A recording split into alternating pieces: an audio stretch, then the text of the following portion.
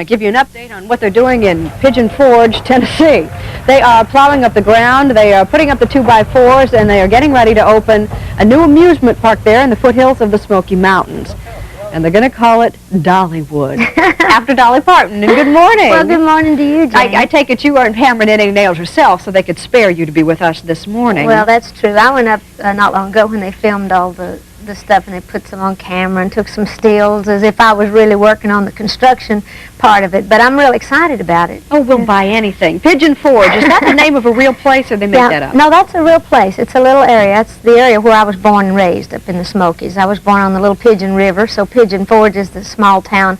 It's in Sevier County, which is, like I say, where I was born and raised with a bunch of other brothers and sisters. So now everybody in the family is getting all excited about Dollywood, and especially... How many miles from the site of what is to be known as Dollywood were you raised? About 8 miles on up in the woods. Yeah. And the park is really in a beautiful location. Have you ever been to the Smokies? I know the Smoky Mountains, sure. Yeah, it's like the most visited national park in the United States. There's about 9 or 10 million people every year that come into that area. And they got to do something but look at the scenery. Yeah, well, there's a lot of things to do up there. We have a lot of, it's really a commercial place now, but it's a beautiful place. Pigeon Forge, Gatlinburg, and Sevierville, it's all in Sevier County there, and it's a beautiful part of the country. In fact, Dollywood is simply a name change and then some for an amusement park that already existed, right? Yes, there was a place there for many years called Silver Dollar City. At one time it was Gold Rush Junction, and before that it was Rebel Railroad, so there has been a park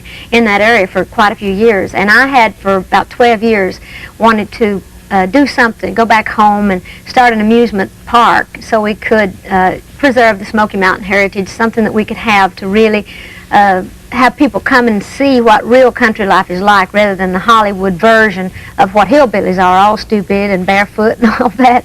But also in that area, because so many tourists come through, I thought it would be a wonderful way to go back home, because I've always been so proud of that area and proud of the people. There's wonderful people Which came first, the idea for an amusement park or the name Dollywood? The idea for the amusement park came first. I got the idea for Dollywood because I've always had a kick and always joked and laughed with different people in Hollywood. When the Hollywood sign, when I first started going to Hollywood, I thought, wouldn't it be great if I could some way change that D, the H to a D for a day, so it'd be like Dollywood. I wonder how long it would take somebody to notice. And then I thought it would be a clever idea for a park. This is a real business venture for you. What are you a businesswoman in addition to your entertainment ventures? Well, I like the business end of things. I like to think so, but this is something that's very personal to me. I've really enjoyed working with the people that owned the park before, Jack and Pete Hershen and their families. They're really wonderful, clean people, and Ted Miller, who's the guy that has run the park there for many years. And it was really a wonderful thing. Since I wanted to do a park, it would have probably taken me several years to have pulled that whole thing together, because we'd had to start it from the ground up. So we had a park that's already set up that was basically what I wanted to accomplish with my park anyway. And in the winter, they've been doing construction. They've added about $5.5 million of new rides, new shops, new restaurants, and cleaned the whole grounds up and added some additional things that we're very excited about. Now, there's some new things that you might not find at Disneyland. For instance, what might be on the menu there at Aunt Granny's? And who is this Aunt Granny, anyway? Well, Aunt Granny is the name of a restaurant there. It serves only country food, a lot of my favorite foods. And when I first moved to Nashville, I was mentioned before, I'm from a family of 12 kids, and there's 8 kids younger than me. And when I first moved to Nashville, I took several of my brothers and sisters to live with me. And so when they married and started having children, their children, which were actually my nieces and nephews, they didn't know what to call me, because I seem more like a grandma than an aunt. So I said, why don't you just believe that call for a me minute, but all right. Aunt Granny. Aunt Granny. So that's where they all call me Aunt Granny, and they always like my cooking, and I'm like my own mom. I love to cook. And So what kind of things on the menu? And country stuff? Country food. We have things like blackberry cobbler. We have, of course, things like beans and potatoes, turnip greens, and fried okra. All the things that are fattening, that are terrible for you, but terribly good. Speaking of that, you haven't been too shy about talking about the fact that you had a major birthday not long ago. How is it being there. 40 up there. Well, you'll find out soon Yeah. enough. I turned 40 in January, on January the 19th, which I was really looking forward to that. Not that I waited around to just turn 40, but since I was turning 40 anyway, I had a real good attitude about it, because I feel like when you do turn 40, you can't ride the fence anymore. You got to get on one side or the other. You got to wise up about some things. And I've been real proud of the accomplishments that I've had in my life, and I'm pretty content with myself. So I thought, well, my life is just starting. It really is true that life begins at 40. So I started trying to lose weight. I've been, working, and because it's all right to turn 40, but I didn't want to be fat and 40. Yeah. And I've been Well, you're up not. and You're down. terrific. Look Yeah, I've lost fabulous. quite a bit of weight, but I'm working at it. Yeah, no eating at Well, howdy to you. How you doing, Dolly? I'm just doing great. We're all excited about our new Show Street area this year. You got big doings this weekend. Before you tell me about Show Street, tell me about some of the special guests who are going to be there. Well, we have a lot of wonderful friends coming by because we're having our big friendship parade and the big opening the whole weekend. We have Lily Tomlin and Burt Reynolds, as you mentioned, and Reba McEntire. We have Bobby Goldsboro and Ray Benson, Ralph Stanley, and some of our this wonderful gospel singer Kelly Willard, and bunches of friends that are coming by to join us, in addition to numerous folks that I'm sure will drop in on us.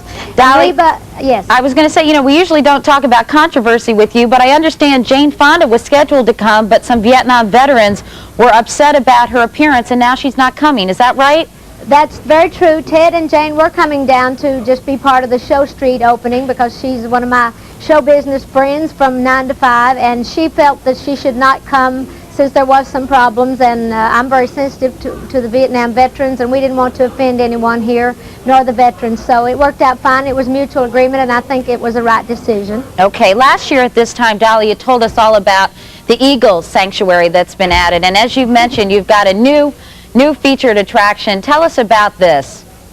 Well, we have what we call Show Street, and this is our biggest expansion ever. It covers about 7 acres of ground, and we have our wonderful bakery there. I think you're showing on TV all homemade breads, and we have the Show Street Palace where we have a show called Fire on the Mountain. It's a Vegas type show. It's kind of what my idea of show business was when I was a kid. And there's somebody with my name on their butt. Don't ask me what that's anything to do with that. Didn't have anything to do with it. You also have an attraction called Star Walk. What's that all about, Dolly? Well, Star Walk is a beautiful walkway of stars with the flowers and all, and we have the names. See those little square, there's little round things there on the street. Those are the names of people that have helped us here at Dollywood and that perform at the Celebrity Theater. These are people that have been part of us, and we have a lot of big names there. Like, we wanted to impress you with Burt Reynolds and Garth Brooks and Kenny Rogers. Well, there, you but we did. have several others. Good. I'm very impressed. Well, good. Well, Burt Reynolds and Reba McEntire, as you had mentioned, are going to be here, but they are also performing on our shows. We do a show with Burt and myself, 2 shows, one at 2 o'clock and then one in the evening on Saturday, and then on Sunday, Reba McEntire will be here, and of course, all the money from that goes to the Dollywood Foundation, where we're trying to help educate the kids in East Tennessee and keep the kids in school and do a lot of work here with education, which we're very proud of. In fact, you are focusing a lot of attention, I know, Dolly, on education, and the Secretary of Education, Lamar Alexander, will be there as well. Yes, he will. He'll be here on Monday. In fact, on Monday we're presenting the money that we promised the buddies if they stayed in school, our little study buddies, a few years back, and now some of those kids are graduating. So we're going to be giving away about $500,000 this year to these kids, and so we're very proud of the good fortune that we've had of keeping a lot of these kids in that might otherwise have dropped out, because we do have a very high dropout rate here in this part of the country, but I think it's given them incentive, and we're very proud to be part of that, and very proud that Lamar Alexander is going to be here to help with that. Now, I understand you're about to record a new record with 2 of the queens of country. Tell me about that. Well, this is something that we've talked up amongst ourselves. Now, we have not gone to our record label yet, but we just know they're going to want this, with Tammy Wynette and Loretta Lynn and myself. And of course, you know, I've recorded a trio album with Linda Ronstadt and Emmylou, and we hope to do that again sometime soon. But I felt that it would be a wonderful thing if we could get the 3 queens of country music. We were kind of all in the same time period back in the 60s and 70s, and it was Loretta, Dolly, and Tammy. So I thought it'd be a wonderful thing, and we all felt that it would be a great thing to lead for country music. So I'm very excited about that. Well, you sound as busy as ever, and it all sounds like a lot of fun. Dolly Parton, thanks so much for chatting with us this morning. Have a great weekend at Dollywood. Okay, thank you. We'll see you at Dollywood. Come on down. It's homespun fun.